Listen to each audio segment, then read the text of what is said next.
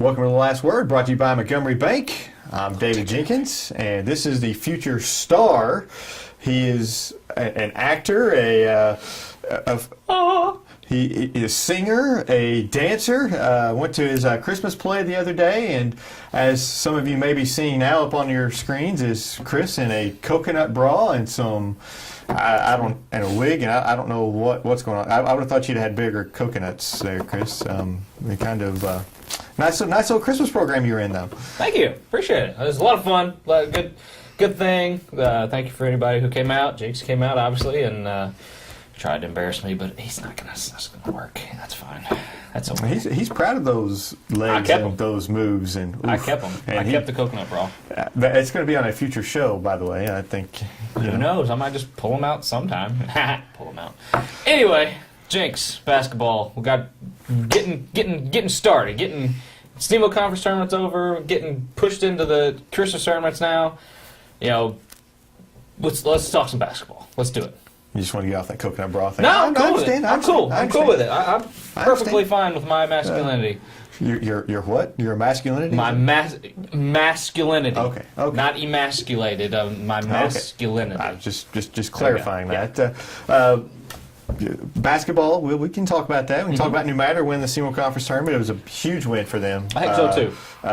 Of course, then they turn around and lay an egg on Tuesday night in Notre Dame, so they don't follow it up. But you're going to have a letdown after a big tournament win like that, and then have to immediate turnaround against a good team. I didn't really grow up with just the competition that a lot of these big schools have to face, and Sky Central, we're just kind of used to just beating everybody, and I get that, but not during my time. But in our history, the SEMO Conference is just a total grind. I mean, not many people realize how tough it is night in, night out, because you're facing Notre Dame.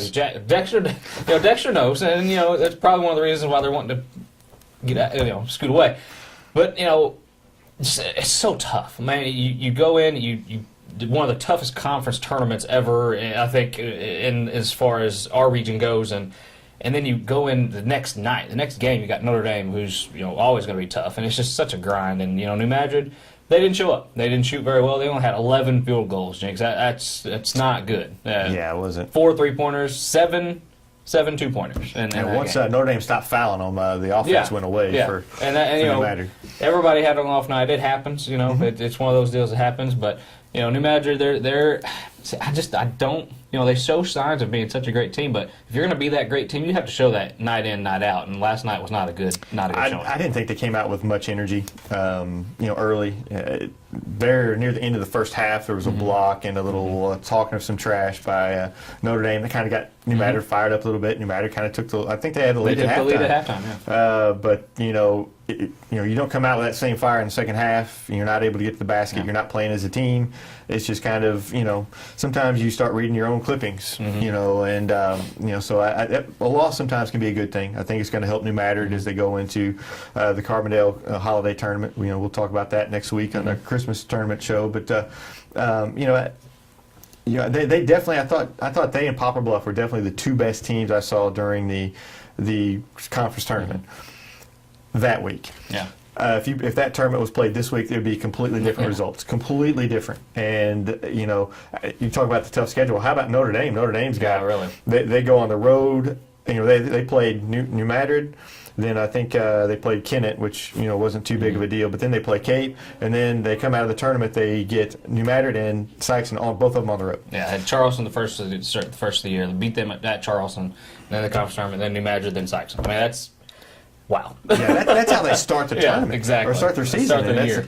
That's brutal. But that's how good teams are made. Yeah. You play the good competition, and Notre Dame is definitely going to be a good team. Yeah. Saxon will have their work cut out for them in a big way on Friday night. I think so too. And just kind of going back to New Madrid, we talk all about this year and the upcoming year. New Madrid, this is their year. They won the SEMO Conference Tournament. You think this is their year?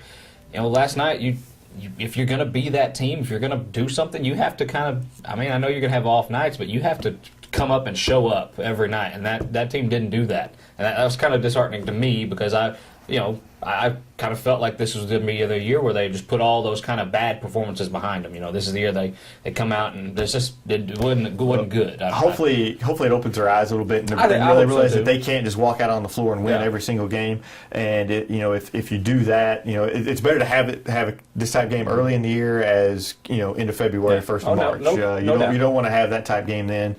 So I think this will be a good thing for them and kind of open their eyes a little bit. I think playing in Carbondale in that tough Christmas tournament over there, that's really going to help them too. So I think they'll be fine when it gets down to it. But like I said, every team's going to have games like this, and some teams just have more than others. You just hope that they limit it to one or two. Yeah. And you spoke Sykeston. Some of the Sykeston faithful are kind of jumping ship a little bit. I don't want to say they're throwing away their Bulldog shirts or anything or not, but they're kind of. I didn't get the whole hype about this team going in. I mean, I know they're going to be good. They have some decent players, but I didn't understand the whole just mystique of this being such a great coming in team because they're still fairly young. Their best players are freshmen.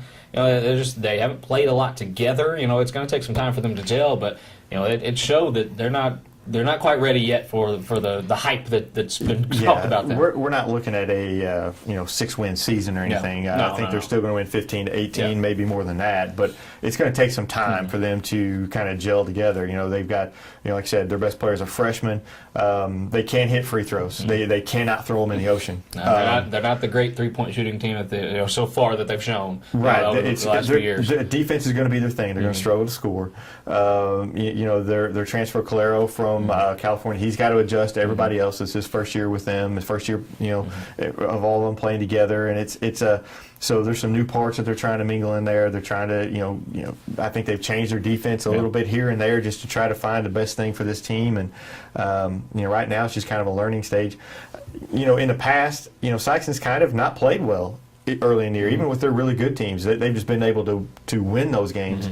Usually right around after Christmas is when they start taking off, and I kind of expect the same thing. I think once they go to the Christmas tournament up in St. Dominic, I think they'll kind of bond a little bit up there. That tends to be what happens, and then I think they'll take off after Christmas and be a much improved team. Like you said, mid-January is usually when they hit their stride. That's when usually a lot of good teams will hit their stride then. And with this Sykeston team, you brought up just last night. You looked up first 3-game losing streak since 2006. Quite possibly against Friday could be a 4-game losing streak. That'd be the first time 2005. Since 2005. It's been a while since Sykeston's had this kind of. That's why it's such a big deal because we haven't seen it in a while from this Sykeston team. One thing, they had losing streak in 2006 where they lost those 3 games. They made the state championship. Yeah. So let's not Sykeston fans. Some of them, like you said, are going a little crazy. It's not like they've lost to a bunch of doorstops. When you go to Greene County, that's a tough road game to get up for. And they've got a fantastic player, Gunnar Faulkner, who just lit Sykeston up with. And he's a shooter. Yeah. And he had 7 threes last night. So yeah. One thing I've noticed this year is Sykeston is struggling containing 3-point shooters. In all their games, 3-point shooters have been able to get their shots off, where in the past it hasn't happened. Yeah. I think I'm sure that Coach Hollifield is well aware of that and is working on that. They've been one of the best closeout defensive teams. People can't shoot threes on them because they close out so well. But this year, I don't know, it just isn't there yet. It's not there yet. It'll get there, and you look at these other teams. Jackson, they took a tough loss to New Madrid in the semifinals of the conference tournament, and then they've just turned it on. They just hammered Charleston. Yeah.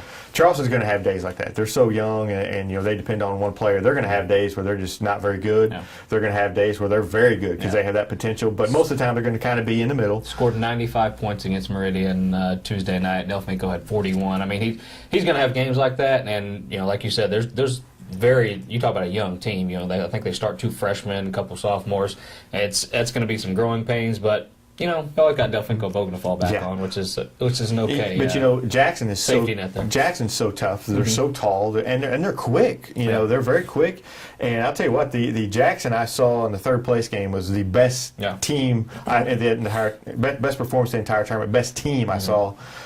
Just that one night. Yeah. Now the whole group, New Madrid obviously was the better, but I don't know if anybody's beaten Jackson the way they played in that 3rd place game, and then they just went Tuesday night, just hammered Dexter which isn't a surprise. But at the same time, I mean, they're rolling. It seems like something just clicked when they lost that game, and they're just kind of rolling right now. They've got a tough weekend ahead. They've got they're playing in the Sullivan tournament on Saturday. They're at Kirkwood on Friday night, so they've got some tough games coming up this weekend. See, Jackson coming into the year was one of those teams where you thought, okay, this is even though they lost some key contributors, Carson King being one of the main ones, this is a team where like, okay, they can be pretty good, and like you said, that third place game, they showed how good they can be, and it's going to make the SEMO Conference just that much more tougher. Moving away from the SEMO Conference, there's some other good teams outside, and one of the teams I think is kind of making some noise, and we're going to see how much noise is Malden. Malden, they got the 2 seed in the Bluefield Christmas Tournament. They hung with Scott Central in the Orion Championship of the Orion, and now they get their rematch on Friday night at Scott Central, and I think that's going to be a whale of a game. Honestly, I'd rather be there than the Sykes and Notre Dame game, to be quite honest. But I think that's going to be a whale of a game. I think so too. They have one of the better players around in Cortez Dobbins. He showed what he can do on the football field, and his sport is basketball, and that's clear. But they have a lot of. I think we've talked about it before. They have a lot of those guys from football. And you've said before. Success breeds success, and it's kind of turning over from that. From the football season, they got a lot of guys that's used to winning, and they don't want to quit. And Malden, they just got a lot of scorers. It seems like to me. I haven't seen them in person, and but yeah, I think they just beat Kennett on Tuesday night. Yeah. That was a big win for them. Scott Central themselves, they're kind of rolling along. They beat Advance pretty handily on Tuesday night. So that's going to be I think the thing that worries me with Scott Central is there's no depth. No. And if you get in any kind of foul trouble, you're in trouble. And if you get into a physical game, you might have some problems. But other than that, Scott Central, they look to be tough to beat from anybody this year. Most definitely. And the thing with them, obviously there is potential for foul trouble, but they don't really get that much, Even when they are, I remember like their first game of the year or second maybe is in the Riverbend, but they got into foul trouble, still pulled out a close win. It didn't really seem to bother them that much, And they have depth. They don't have depth. I think last time I checked, they have 7 people on their roster, which is atypical for any Scott Central team. But it's Scott Central. They're going to be fine. Class 2. That's going to be a good matchup between them and Malden. That's a good matchup to look forward to as far as small schools go around here. And we one thing we can't do is we can't ignore the performance put on by Zenith Hornersville on Friday night against Crowsville. Now, granted, wait, I think he just scored again. Yeah, he scored 53. Yeah. Kyle Moore scored 53 against Crothersville. Crothersville themselves scored 53. Yeah. Let's be honest, Crowsville plays no defense. No, they don't like playing defense. I think you and I could score 40 against them. But at the same time... Half court. I don't play full court.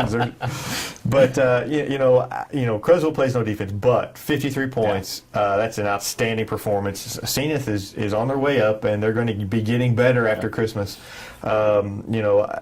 That's kind of a team to watch out for. In Class 3, it's I'm sure New Madrid's got their eye on them down there a little bit, but that's a team that's up and coming. Yeah, congratulations to Mr. Moore. 53 points. I don't care who it's against. You score 53 points. That's pretty. Take those clippings. That's pretty salty. But talk about clippings. but yeah, I mean, a lot of these kind of out of the woodwork teams are kind of showing up now. You have Zenith Hornersville. I think Delta C7. I think is a team that is kind of rising. Right. They're actually playing in the championship of that Zenith tournament. They beat Zenith just the other night. So they're another school that they used to be dominant in the 70s and 80s, and then they're starting to build their program back up. So it's fun to see because we don't get to see a lot of those southern small schools, but they're not immune to good basketball down there as well. I mean, they not many people realize that at the time they were pretty dang good at basketball, and they know how to play. And we kind of get wrapped up, I know, around here with the bigger schools and SEMO Conference and stuff, but there's tons of good basketball around here, and that's what I love about this area because basketball is king. And but yeah, you're right. You got Zenith, you got Cooter. Cooter, I think, is another team Cooter's coming on. And then the shocking thing to me is that Portageville and South Pembroke, how far they've fallen so fast. Yeah. They played in the Clarkton tournament. They were the 6 and 7 seed. South Penn was the 6, Portageville the 7. Portageville actually beat South Penn on the last second shot. 3-pointer, yeah. And they're the 6 and 7 seed in an 8-team tournament in Clarkton. Yeah. It's like what happened? No. So it just shows that everything's cyclical and everything what goes around comes around. Chicks, I think that's it. I ain't got nothing else. My paper's blank, so I ain't got nothing. Yeah, well, he comes prepared. Be sure to watch us next week. We'll have our Christmas program, a little Christmas Coconut brawl. No, I'm not wearing coconut. That's your thing. I might put might wear a Santa hat or something, but I'm I can't pull off a coconut brawl, but we'll have our Christmas tournament previews. Goodnesses. I'll have our Christmas tournament preview next week, and then the following week we're going to have our football wordies. We've not forgotten about our football awards show, so we'll see you guys next week on The Last Word.